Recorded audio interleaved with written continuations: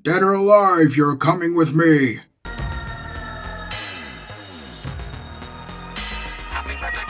Hello my friends and welcome back to Player Display. As you can see, we have our camera orientation a little bit diagonal, which means we got a really big guy to look at today.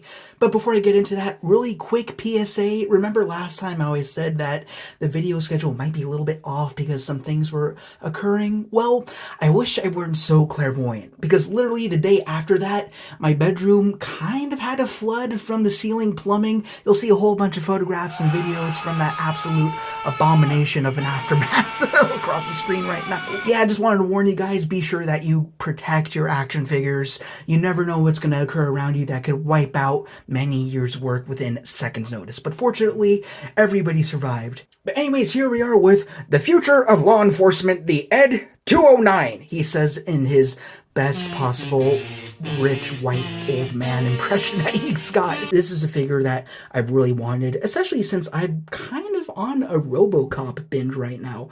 I mean, obviously the first one, at least for me, is the only one worth watching, but god damn it, there's so many great takeaways from that film. Not to mention the really awesome stop motion that came from Eddie over here. And really, we've been talking about Todd McFarlane quite a lot. Todd! So it's refreshing that finally we're gonna have a chance to look at Eddie. The box is actually as kick-ass as it is enormous, so we're going to have to pan around a little bit. But here you have ED-209, a beautiful art deco. Probably going to slap this right on my wall. But you have Robocop up there, ED-209, the future of law enforcement. Get excited. This is going to be walking on the streets tomorrow. The future is now and whatever. Then you have an actual shot of the figure as opposed to the artwork on the left. And then on the right, you have that once again kind of just mirrored over. On the back, you have him in a good photo op with him along with Robocop. And then you also have some more details describing the figure, and that there is a voice function that we will go ahead and have a look at. On the top, you have some more logos that we kind of have seen already. You also have some very tiny fine print right there. Let's have a look. ED-209 has superior firepower and the reflexes to use it. Developed by Omni Consumer Products. Real toys. On the bottom, we have even more crap to look at. We got the NECA logo, MGM apparently. The artists who made this figure possible, I always like showing them off because these figures do come out beautifully. Some signature, and then something a little bit more familiar. You Canada! See? Green Arrow. Everyone's best friend. Start audience. I miss this one, but over here we have Garbage Day! This guy, he's not really an action figure, isn't he? He's more just a giant statue with a few areas of articulation, with some really cool joints to boot, along with a really neat audio feature that we will have a look at. So I'm going to do my best to review this guy. It's going to be a little tricky because of how big he is. Then I'll do some size comparisons as per usual, and I'll go ahead and look at my final thoughts. But anyways, let's go ahead and start with the dome head casing or something like that. Here we are at what is perhaps one of the cutest death machines that I've seen in 80s cinema. Like, aside from when he's blitzkrieging a guy into a bloody red pulp, there is something very endearing and sweet about this design, especially when he tumbles down the stairs. So you're kind of like, oh, poor guy. I'll pick you up. We'll go outside, get you a little treat after you make a pee or something. He has a very cool Darth Vader looking mouth. I like that grill design.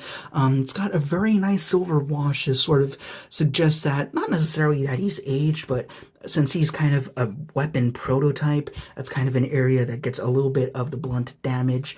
I guess as he's vocalizing, maybe it gets a little toasty in there, and then the metal gets a little bit singed. Things look very pristine, like he's a very fresh, brand new product right off the line, as he kind of was for NECA as well.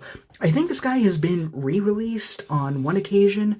Of course, I do not have the original one, so I wouldn't be able to tell you what the differences are, but from what I can gather, this is a very screen-accurate representation of ED-209. Love the paint detail, love the sculpting. It's just really, really fantastic.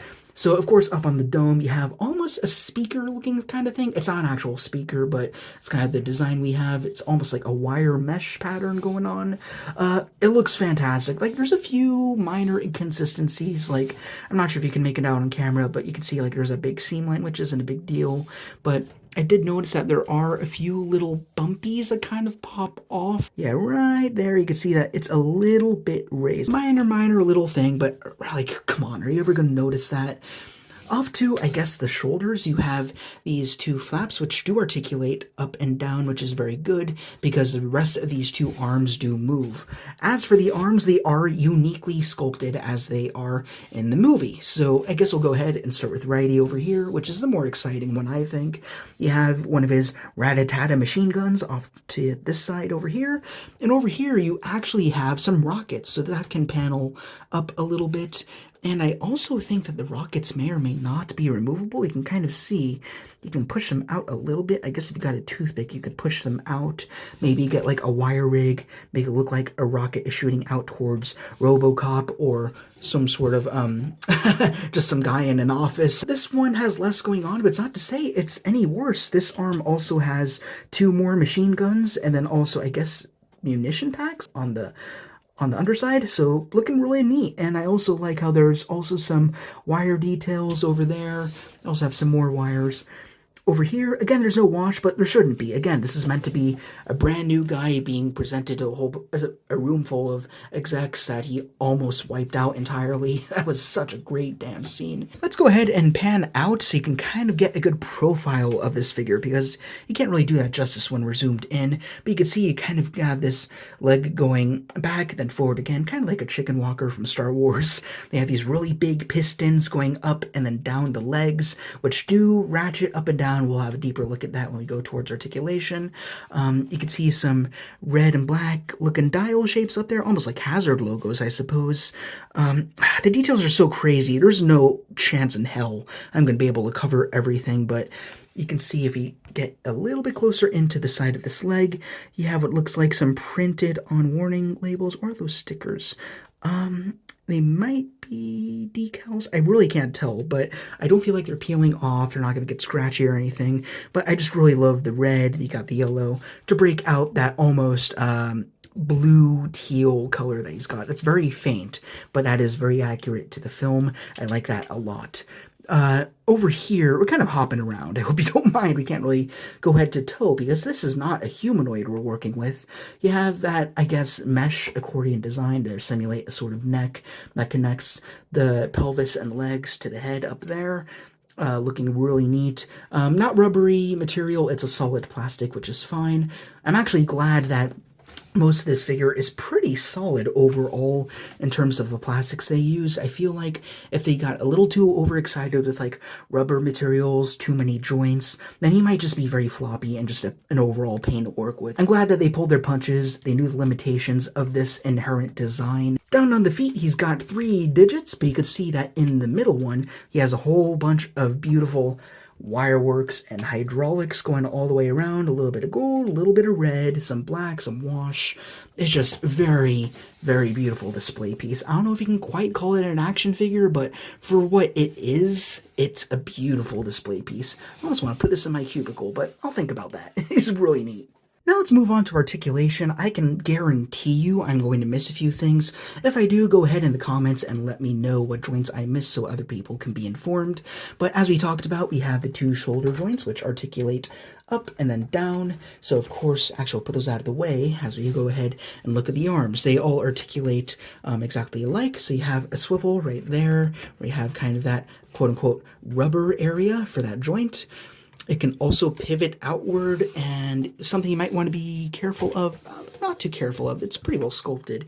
You have the wires going on the back of the elbow there.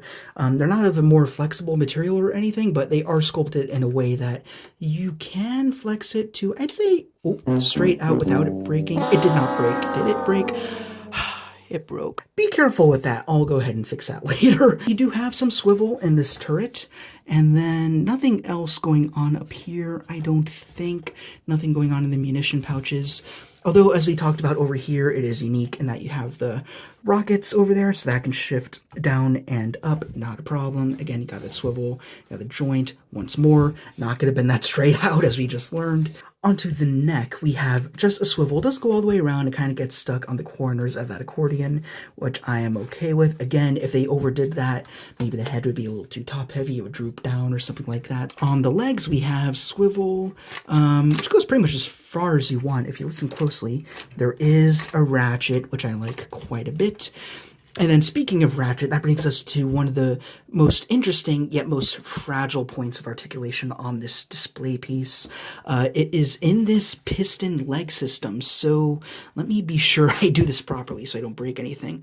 I think you push that down. Yeah, you can hear that. Oh, I hate how loud that is. You can get that leg to extend, and then basically what that would allow you to do is almost simulate a running position. Let me see if I can do that.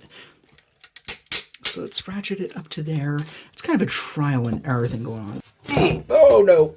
Oh, I just noticed that there's also a swivel right there at that, I guess, that 90-degree angle that we have, so you can use that to your advantage as well. Maybe if I push this one down just a tad more, you gotta get a little experimental. Yeah, he's getting a little heavy, but okay. Oh, that's quite difficult to do. I mean, I suppose if you'd want, you could get him having a little figure stand or some sort of pole here to hold him up a little bit more, but you can kind of get a sense of him moving forward a bit. I did do this before without the need of a support. I just obviously didn't quite hit that sweet spot this time around, but it can be done. You just need a little bit of finessing. And one thing I did want to mention is that contrastingly to the film, these panels on the side of these pistons do not articulate, so when you push this guy back up, you want to be sure that those don't get crushed. They actually just slotted right in, so you don't want those to snap off or anything. We've had enough breaking of parts on this figure, on NECA figures in general. Again, my fault, getting a little bit crazy, but again, I get crazy with figures, so you don't need to. Onto the feet, unfortunately, there's nothing going on at all. I would have appreciated like a toe joint in the front at least, or on the sides. I feel like it would have been possible as well. Maybe there's a swivel or something. No, not even rocker. So, yep, the articulation is not what you're going for when it comes to this figure. What you want is a big mechanical badass to go toe-to-toe with everyone's favorite mechanical law enforcer. Now, this is the part where you move on to one of the best features of this figure, which is its audio function. I will say it is really cool, although it is not the best. It kind of sounds like the audio is kind of straight extracted right from the film, and then it wasn't really cleaned up or remastered or anything. They kind of just plugged it right in. I think he has 4 or 6 lines. We're just going to run the tracks until we feel as though we've heard them all. But anyways, you'll get what I mean. They're not the most HD, but on the bottom you see there's that little plastic tab that I will actually be keeping. I don't think I've ever had a NECA figure where the batteries have died, but this is more of a display piece. I'm only going to be pressing that button so often, so when I'm done playing it, I'm just going to stick it right back up that slot. But yeah, to activate the batteries, just go ahead, pull that little guy out, and then he will be active immediately, ready to pursue and destroy. So if you want to activate him, you see that little button on the side. I'm going to go ahead and go quiet as I hit that button, and then we can listen to his different phrases. So let's get him articulated up so you can feel a little bit more threatened as he yells at you, and let's listen very closely.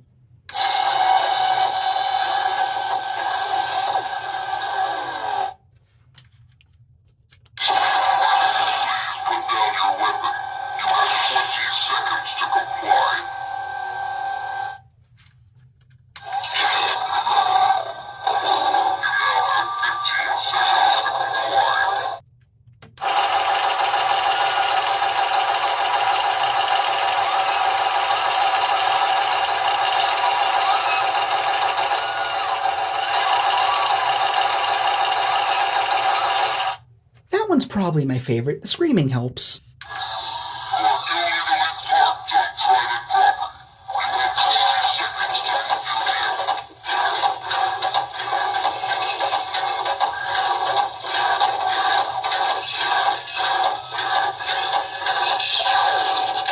And that's pretty much it. I think I kind of lost count there, but very good selection of voice lines, but it does sound a little bit like he's underwater. Not the worst. I mean, you listen to it and you know it's ED-209. There we go. I'm plugging back in that plastic slot for safekeeping, so be sure the batteries don't rot out. But yeah, I really like this guy a lot. Again, he's not meant to do anything too crazy, but the things that he's meant for, he does very, very well. Now here is Eddie besides some more 1980s badasses, because the 1980s was probably the best decade of cinema, and if you try to contest me on that, I'll probably post a 1 hour long video of just staring at a Star Wars The Black Series porg just because you rubbed me wrong. Over here we have the ultimate release of Robocop, who just came out, and they are beautifully scaled. I think both of them were re-released. I think I had an older arcade version of him from the Robocop versus Terminator game, but yeah, this is the definitive Robocop, and this is the definitive ED-209 in my opinion, and they look great together. There's also a battle damage version of Robocop, including his big old medical chair and equipment, so that's also out there. I might think about that, depends on if it's on sale one day. You also have the ultimate release of Jungle Hunter, also from NECA.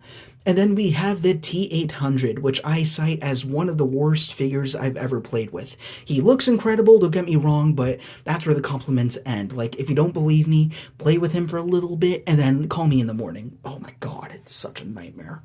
Honestly, I'm not too sure what to compare him with next, so I have some McFarlane releases. Over here, I know it's out of scale. This guy should technically be bigger, if I have that right. Yeah, this guy should be gargantuan compared to ED-209, but we have Quaritch with his exosuit from James Cameron's Avatar, not to be confused with Airbender Avatar. Then we also have the Robert Pattinson Batman, also from McFarlane. And then down here, of course, we have our Star Wars The Black Series, Muck Muck. You have 20 seconds to comply. It's 'cause I'm blue, isn't it? Dabba dee dabba die. ED-209 is a lot of fun. Definitely something that you can't do a whole ton of things with, being that he's very limited in articulation and he's very fragile. You definitely don't want to drop this guy. And as we kind of mentioned with those piston ratchet system legs, you don't want to break those panels that are off to the side. So he's a guy that you want to handle very carefully. But that being said, once you get a feel for him, you realize what he's able to do, what he can do.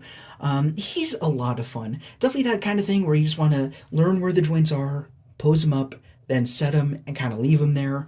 But really, he is very cool. The audio function, I actually really like it. I know it's not perfect, but I do appreciate it for what it is.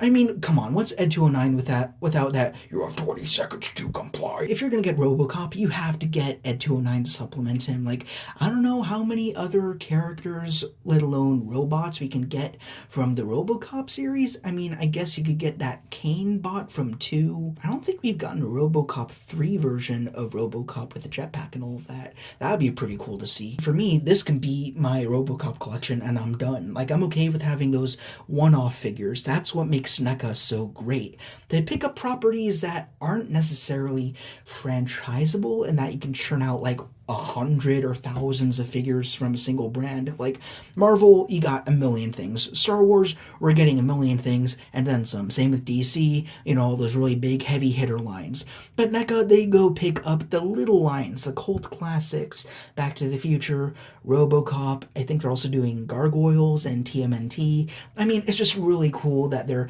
picking out the little guys out there. So for the few of us who have those cult favorite lines out there, Robocop, who I could say being one of them, it's just really nice that we can get these very accurate representations, at least for once. The audio is pretty cool, the paint apps are very good, and the articulation that he does have, although limited, it does its job just fine. I mean, he's not supposed to do anything too crazy anyways. He's supposed to be big and clunky, kind of adding his way across the boardroom, right? That's pretty much all I gotta say in this guy. Very cool, a little pricey, I'd say, perhaps a little more expensive than he should be, but all in all, fantastic display piece, and just a lot of fun to screw around with. So thank you guys very much for watching. If you're new here, then please, as per usual, be sure to like, comment, And subscribe. or like a whole bunch of monsters are gonna invade your home, Scoop! Zoinks! Blah! You got a diagonal thumbs up because of this weird camera angle that we have here. Thank you guys very much for watching. Take care, rock on, and I will see you all later. Eddie is a real name. Whatever happened to Eddie? He was here a minute ago. If you haven't seen Robocop, oh my god, please go watch it. I know one of my life regrets, saw the remake before I saw the original. But boy, the original, so much fun. Love it a lot. Kyle.